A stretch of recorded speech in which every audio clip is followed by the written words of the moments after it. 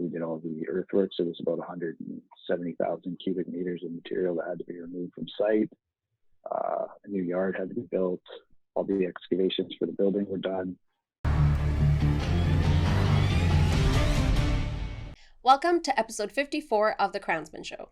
Today we are joined by Scott Fomenoff. He is from CIF Construction and here to highlight their projects in different industries like mining, energy, forestry, and many more. But before we get started, let's give a shout out to our sponsors. First up, we have Lakewood Electric. Lakewood Electric Limited was formed in 1972 with a collective experience of over 110 years in the electrical industry. From that time, the company has expanded its resources and expertise to encompass the full scope of electrical power and control, instrumentation installations and maintenance, as well as project design and turnkey installations in specific industries. You can find out more about Lakewood Electric in episode 51 of The Crownsman Show, where Rick Zemlak, partner at Lakewood Electric, discusses major mining and energy projects. You can also visit them at lakewoodelectric.ca. Next up, we have Power Zone. When you need a specialized team of world-class engineers for your oil and gas pipelines, dewatering, or any fluid handling needs, you want to visit powerzone.com. In addition to their inventory of rebuilt pumps, motors, engines, they also have an amazing team to design and engineer your systems no matter the challenge, no matter the location. Get in the zone with Power Zone. Visit them at powerzone.com. Last but not least, we have Savanaugh Equipment. Savanaugh Equipment supplies new and used mining equipment around the world, from placer to underground to open pit. If you need a trommel, ball mill, and even laboratory or electrical equipment, visit their website, savanaughEquipment.com, where you will find more equipment every day. Well, let's get on with episode 54. Here's Jared Downey and Scott Fomenoff. Hello, everyone. Welcome to The Crownsman Show. I am your host, Jared Downey. We are on episode 54, and today we have Scott Fomenoff. He is from CIF Construction. Hi, Scott. How are you? Pretty good, Jared. How about yourself? Good. Well, welcome to The Crownsman Show. Yeah, thanks. Glad to be here. Are you on site right now, or most of the time when we've talked, you've been on site somewhere? So, or are you back in the hometown today? I'm back home. I've been home for a few days now. Get to spend some time with the little baby and get actually less sleep at home than I do when I'm on the job site. So. Well, I'm sure your partner is getting even less sleep. Yeah. Where are you based out of right now? Right now, I'm actually in New Westminster. Our job site that I've been at is in Sparwood, British Columbia. So I've been basically 2/3 of my time up there and 1/3 of my time down here. I see. What could you just give us that that little snapshot that I ask everybody to do, just so the people watching know what the company does, as sort of that general outlook? Okay, yeah. So CIF is basically, we like to call ourselves a bolts down company. So we'll basically build everything from the bolts down to for buildings and stuff. So we would start doing your excavations, put utilities in, then we would start doing slab or foundation prep, do all of our own form work, bend, detail our own rebar for the concrete foundations. Then we would supply and pour and finish all the concrete, install your embeds, all your bolts, and then from that point on, that's basically the scope of our work. And then you'd have your steel companies come in and erect all the steel buildings. So we'd like to say everybody down company. Everybody keeps throwing new terms to me that I learn on almost every episode lately. Yesterday, someone was on Mining Now saying socializing a technology, which is a new term for me, which is very fitting for what they were doing. So is bolts down, is that sort of an industry term, or is that sort of just sort of a thing that you've pushed sort of to describe what you do? I would say it's kind of an industry term. We've really adapted it the last several years when we started just doing pretty much everything from your steel structure down. So everything below grade up to the bolts. So bolts down. That's kind of the wording that we use. Was that where CIF started? Where did it sort of get founded from its original services? CIF's original services were concrete. So we would we would form concrete and pour concrete and finish concrete. And that was kind of the niche market that they started in. And there was there seemed to be some sort of delay in maybe one of the subcontractors being a rebar contractor or a concrete supply contractor or your civil contractor. We would always run into problems with that. So we started adapting that work into our scopes as well. So we had, it started with rebar. We hired our own rebar crews, our own detailers, and we ended up getting our own rebar bending machines, shear lines. So we were basically a forming company, a rebar company, and a concrete finishing company. And then we run into some issues on some of our isolated sites where we couldn't get concrete delivered when we needed it. So we'd be on standby for several days waiting for concrete. So then we started to get into the supply side of things and purchased a couple of batch plants, set those up, and then we basically controlled our supply, our installation, and it was really just one really well-contained unit. So we can do everything from the supply and installation for the concrete now. And then same sort of thing with the earthwork stuff. We did run into some issues with that. Sometimes you come to site, everything's not done. So we started doing a bunch of earthworks as well, just to make sure that gap was closed too. I'm always curious, a company like yours, because you're offering these streams that a lot of companies are doing separately. So how often, I mean, not an exact percentage, but how often is the job site that you're going on to that you're just doing one stream, or do most jobs you're doing now, are they a full package of everything you're offering, or are you still doing the individual contracts delivery? Yeah, we still do the individual stuff. We want to try and do it all. We personally think that there's a huge advantage for just giving the whole scope to one company. I know there's different trains of thought out there where it's easier to manage individual trades, but from our perspective, we think that if we're like a mini general on some of these projects where we're in control of one scope, which is encompassing many different trades.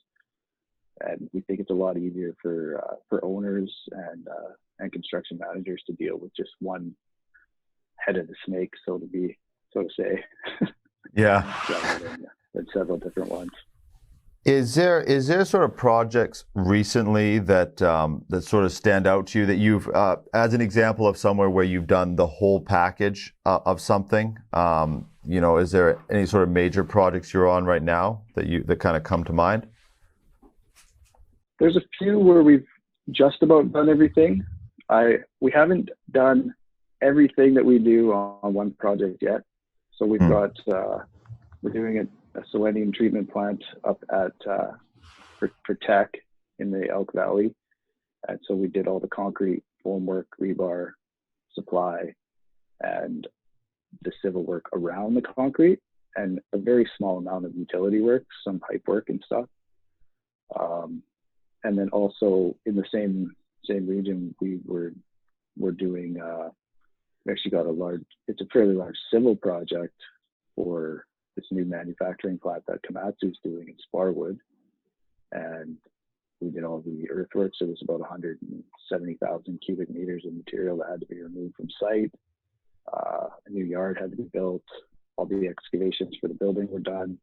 We installed all the water mains, sanitary main, storm main, large water or stormwater retention tanks, all the asphalt prep work. Obviously, we sub out the asphalt, and then we supplied all the concrete for the cast or the continuous flight augering piles.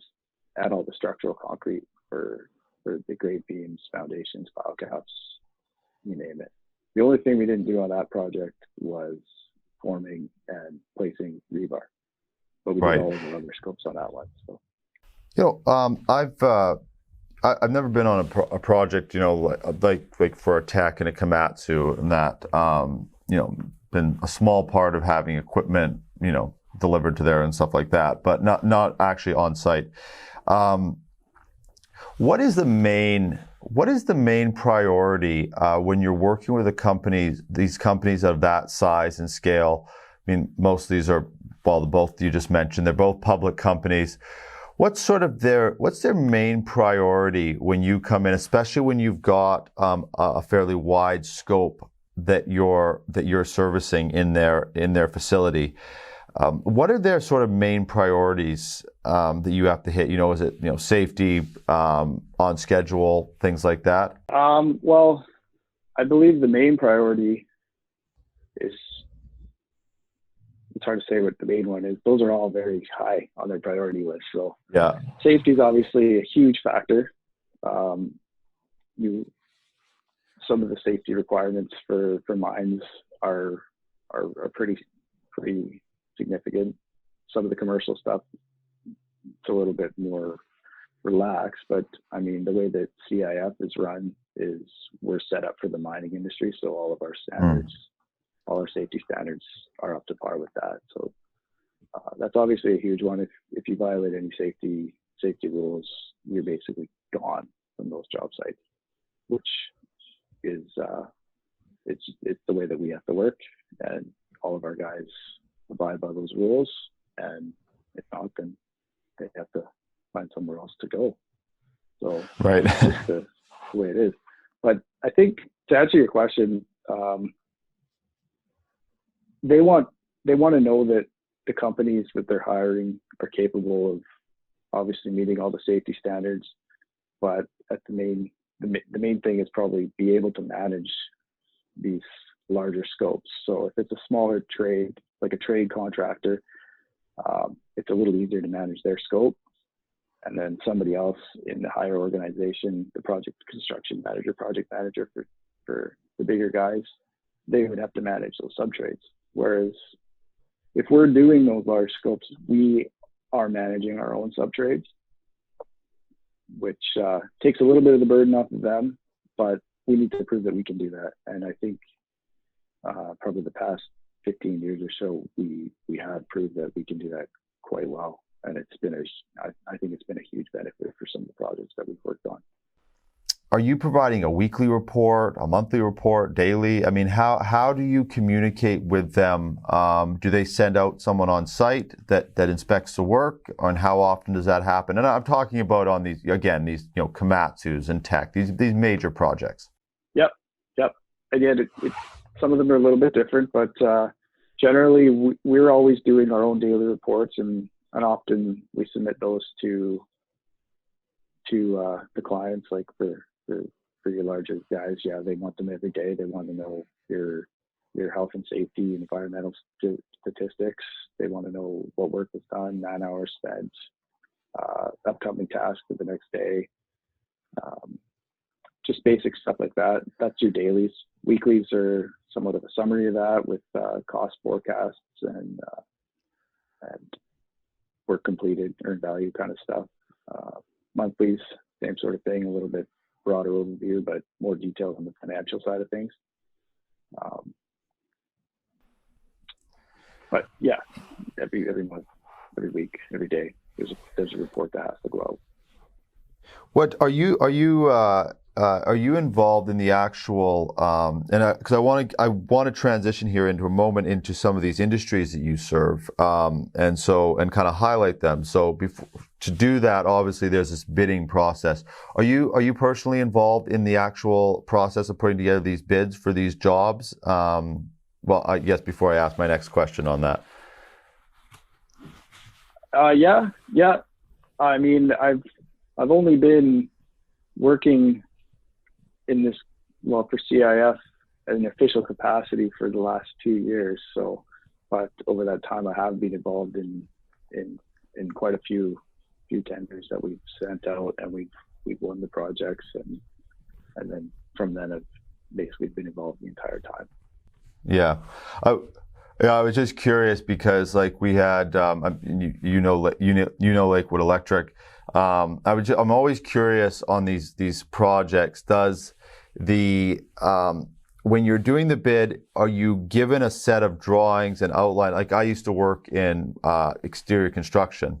I mean, we were on the major projects, we were given a blueprint, it was all laid out, and we had little to no input into what the layout is. We just had to show that we could deliver.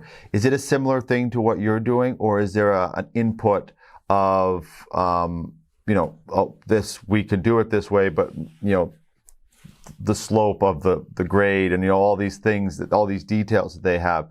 Are you following that, or is there input into it on these projects? Quick answer, both. So sometimes it makes it easier for us just to look at the drawings and price it to the drawings. And then what we'll often do is basically we'll do value added proposal where we can say, you're going to save a pile of money if you do it this way, or if you maybe change your pipe elevations, raise them up 1.5 meters and surround them with cellular concrete or insulation or something like that, because the groundwater might be quite high and dewatering costs are going to be hundreds of thousands of dollars. Simple things like that.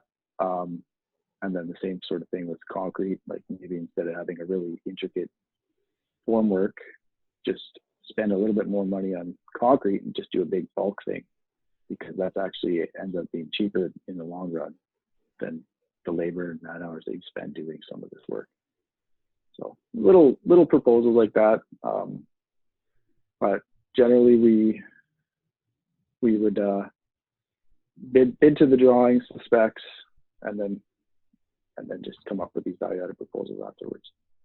Right.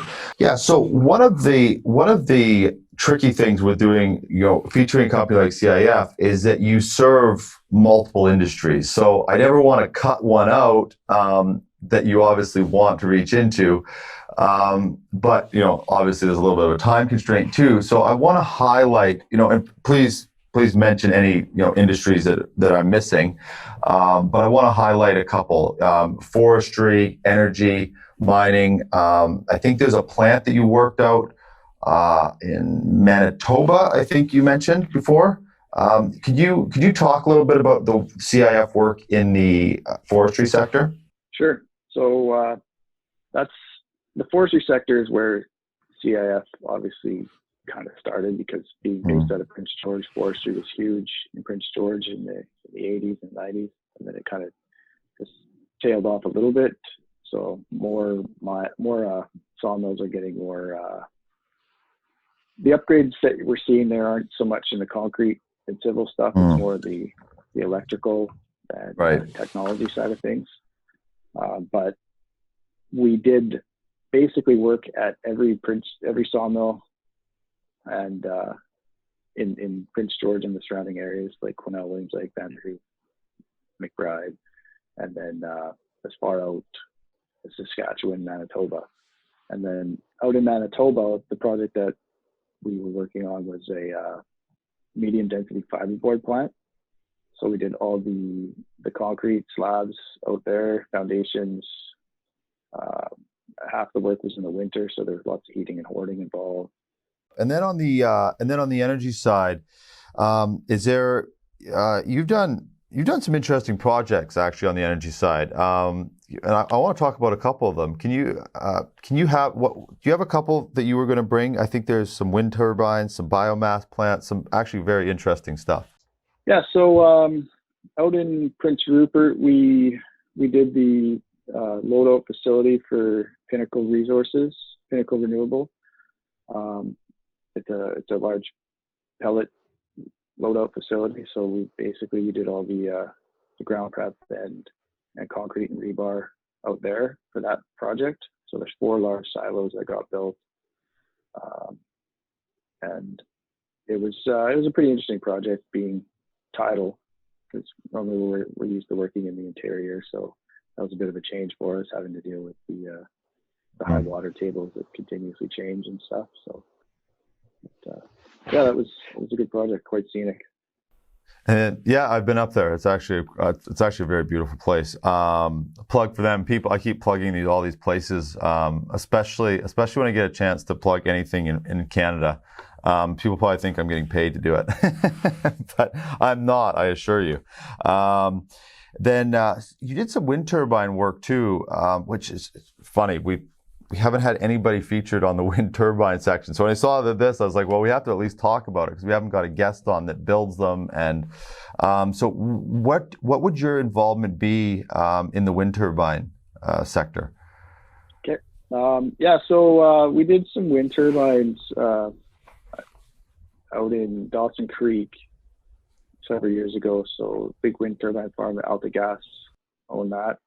And we did the same scope that we do for most of our projects. We bend and detailed our own rebar, supplied all our formwork, poured all the concrete for, I think it was 38 wind turbine bases. Yeah. All the formwork that we used was all custom built for those. Basically, they were just for that project, and then they were discarded. Or, well, they weren't discarded; they were saved for another use. But I mean, those don't come up that often, so. Yeah, I was gonna say we're gonna hear about that if you said you discarded them. We talked about the mining and everything at the beginning, so I want to jump into another important topic, very important actually. We've had a couple Indigenous leaders come on this show, several in support of Chief Dan George for the LNG, Keith Matthews, his band has been very instrumental in the pipelines. They service the pipelines. And then a close friend of mine, Frank Antoine, he's actually in the tourism industry. So it was a really good discussion about trying to find that balance between, obviously he wants to preserve the environment because he's bringing people to see it. But then understanding that his family members are working out at mines like Teck and so on. So we've had some really interesting discussions about Indigenous relationships. Lakewood came on. We've had other organizations come on and talk about it. And CIF, you've made active steps to build the relationships with these First Nations communities that are around where you're working. Can you talk a little bit about that? Sure. I guess you have to take a step back and look at what we're doing. Like we're construction. It's messy sometimes. We're out there. We're taking natural, pristine land and turning it into some sort of industry. So obviously there's going to be some pushback on that. What we like to do, or what our philosophy is, and what we're really pushing the last probably 5-6 years is, if we're interested in doing a project, because we need to do these projects to survive. But if we're going to be doing a project in anyone's traditional territory, we want to go out there. We want to meet these people. We want to at least get to know them a little bit, instead of just having some stranger coming into their backyard and doing a bunch of work. But what we really want to do is foster a relationship with them and maybe do some mutual benefit agreement or revenue sharing, or hire their band members to come work for us. We've got apprentices in any of the sub trades that we have. So we've got carpentry, like iron workers, operators, surveyors. I'm an engineer, so I can teach them quite a few things about design and stuff as well. So I digressed a little bit there, but no, not at all. Basically, what we want to do. Basically, what we want to do is just make sure that a stranger's not coming in, doing some work on your land, making everyone mad, and just, I think that's what has to happen nowadays. Does that, for you though, and there's all, you're representing CIF, and what it comes down to is we all are, wow, individuals. And does it change your perspective? Because you can be a part of industry, but not really be a part of the community that is pushing industry. It's very possible. I've met people that are like that. They're in the industry, but they're actually very out of touch with the people that are in it. And the First Nations community is a huge part of that. Does it change you when you are part of a company that is actively trying? And we don't all get it right all the time on both sides. That's the reality of it. But does it change your perspective when there's an active effort from the top down? You said your father started the company, but as a team that you're trying to build these relationships in the best way you can, not always getting it right, but at least making that effort. Does it affect you? Yeah, I mean, I think I've been kind of this mindset for basically since I started as an EIT about 12, 13 years ago or whatever it was. But yeah, it makes a huge difference. And I think our team at CIF has really bought into it. Like everyone's all on board with this. Like we're making calls to the band offices and trying to get meetings with people and just talk to them. If we can get some kind of agreement with them to come work with them, or maybe joint ventures or something, then we're all for that. Does I want to take a little bit step deeper. Does that, when you get, how would I say it? When you get pushback, and I don't know if you're not really in that. I mean, obviously you've got a team that reaches out to people, so I don't want to like put you on the spot or anything like that. But when you get even a little bit of pushback, do you think it's better to at least get some pushback and you're doing it almost face to face, as opposed to, like you said, showing up in their backyard and now you've got a problem? Is that an active, well, it's obviously an active decision you've made, but do you think that that's better right from the beginning, even if it does lead to a confrontation, at least it's being dealt with beforehand? Yeah, absolutely. I think it's way better. It's just like everything. It's like a relationship. You have to air your grievances right away instead of letting things fester. Mm-hmm. But I mean, sometimes we're just introducing ourselves, and it's like an icebreaker. You just got to get to know people. A lot of First Nations communities have really strong relationships with other contractors that do similar work as us. Yeah. And so we're almost coming in there trying to not be threatening to any of the contractors, but just introduce ourselves and looking for an opportunity to do some work on that land. But yeah, sometimes it's just as simple as saying hi. It really is. You mentioned something earlier. Is you said you had a lot to share from your engineering background, and so I want to take a step back, because you didn't start. You said you've only been with CIF a couple of years, and your father started a company, so obviously there was a gap. So what path did you take at first, and then that led you back to come to CIF? Okay, well, it's kind of funny. I did start at CIF when I was like 15 years old, and I was the boss's son. I was basically hated by everybody that was there, and I got all the worst projects. Like if there was a hole to be dug, I was the guy. If I had to, someone had to clean out.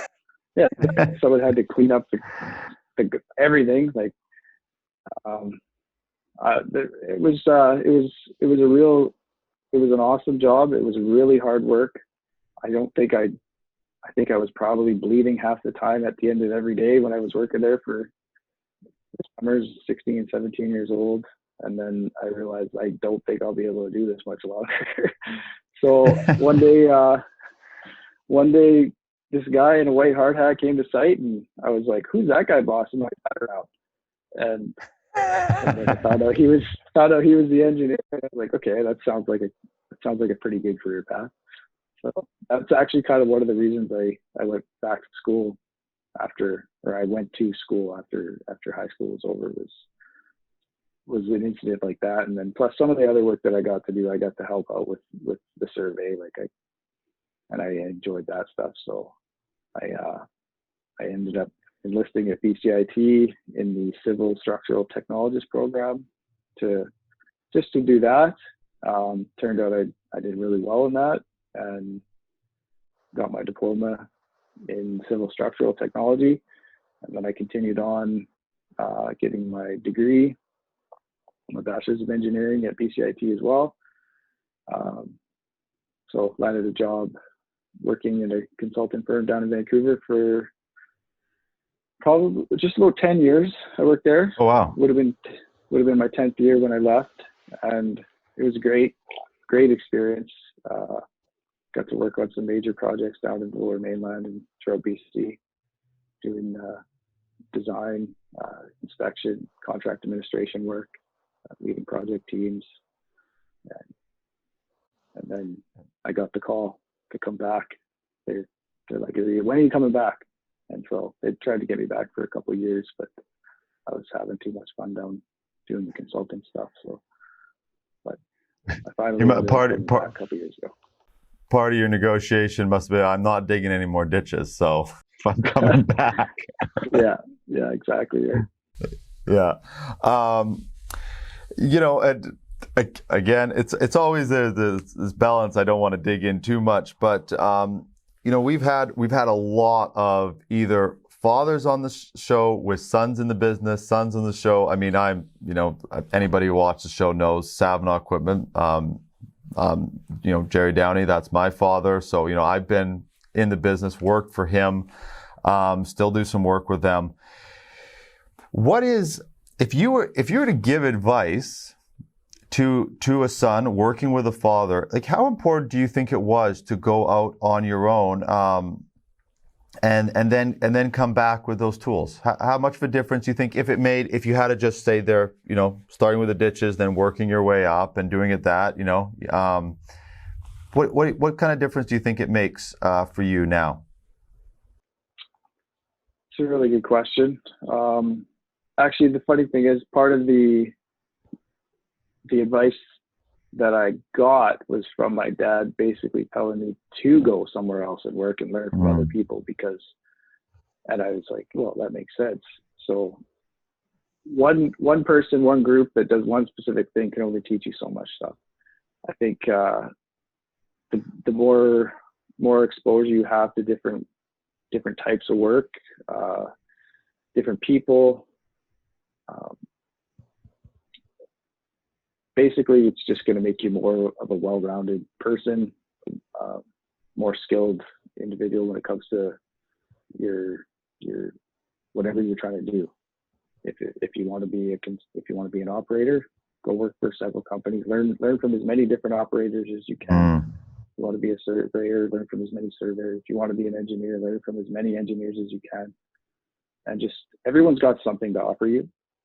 I think that not one person can teach any one person everything that they know, and that person's going to be better off than if they went and worked with 50 different people.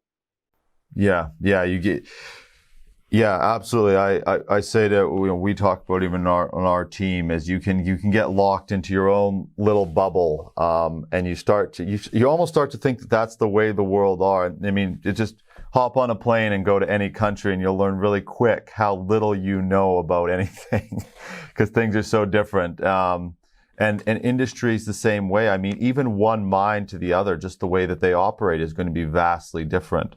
I find it interesting, obviously, I've never met your father, but, just building a company, transitioning out because something else wasn't working and, basically putting food on the table. But then also encouraging you to go out. It's a certain mindset that you have to build up a company. And I wanted to, we've talked a little bit, before I wrap up the show, what is your reach, Scott? Anybody watch the show, we've got a U.S. audience and that as well. So I just want to make sure anybody watching, where quickly, what are the industries that you do serve? Is mining, energy, and forestry sector? I mean, anything concrete. You do some civil, and then how far is your reach though? Like, where would you send your team? Well, honestly, we would send them wherever the work is. To be completely frank. Okay. Like we have gone as far east as Manitoba. We have gone as far north as the Yukon and the Northwest Territories.